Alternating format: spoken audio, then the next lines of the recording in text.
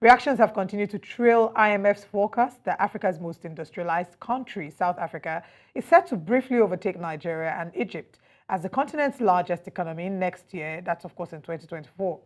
Today's analysts hold divergent views. Some have argued that Nigeria's economy surpassing that of South Africa since 2018 has been primarily attributed to the artificially fixed exchange rate set by the Central Bank of Nigeria, rather than being an accurate representation of the nation's economic status.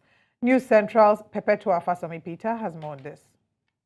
The International Monetary Fund, IMF's World Economic Outlook, projects that South Africa's gross domestic product, GDP, will reach $401 billion at current prices in 2024, surpassing Nigeria's $395 billion and Egypt's $358 billion.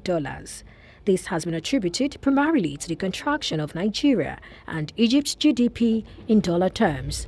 However, it is also believed that policy inconsistency in Africa's largest economy has a role to play. In the last 5 years, we've seen Nigeria economy taking a major detour in terms of rather than growth. We have seen economic reversal.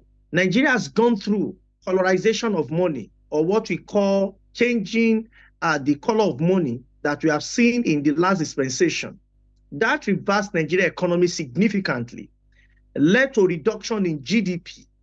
Predominantly an issue at the moment about the foreign exchange rate, and South Africa's rand is significantly better behaved than Egypt's or Nigeria's, and that's the challenge when you're projecting GDP, overall GDP. You're converting it into dollars, and with the naira now devaluing, you're going to see a widening gap rather than a narrowing of it. The IMF further stated that South Africa is expected to only hold the top spot for a year before it once again lags behind Nigeria and then falls to third place behind Egypt in 2026.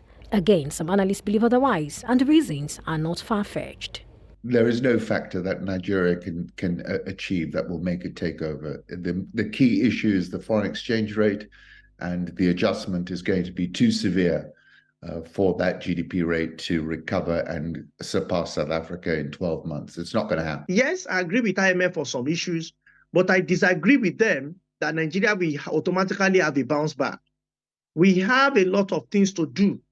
Our concern will not just be to become the largest economy in Africa for the fun of it.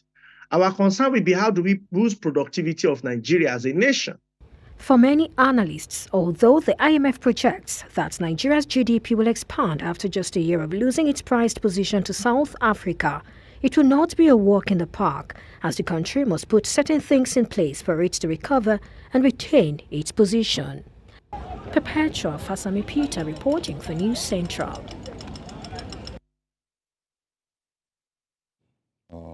Perpetual Fasanmi-Peters with that very interesting report. Very indeed. To put it in proper context, in 2014, Nigeria, of course, overtook South Africa, became the largest GDP in the world with the recalibration of our GDP and economic figures back then. That was, I think, was more than $500 billion. Now we're talking about 395. Now we have to start looking at what are the factors that contribute to our GDP. I remember there was a year, sometime in 2014 as well, where we saw how film production was one of the greatest contributors to the GDP. One-off, right? Nollywood had done so much work. So I think that now we have to start looking at areas. We can't keep focusing on oil at this point. So we have to start to think of areas. It's why they started the conversation about diversification of the economy at the time, trying to prioritize agri.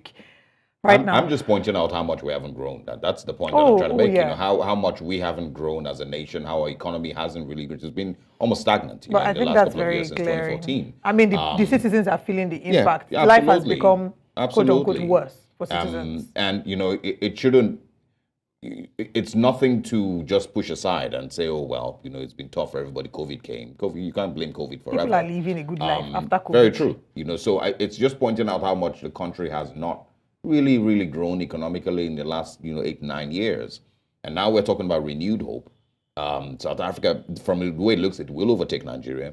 We don't have any plans or any steps that are being taken that save or salvage the situation.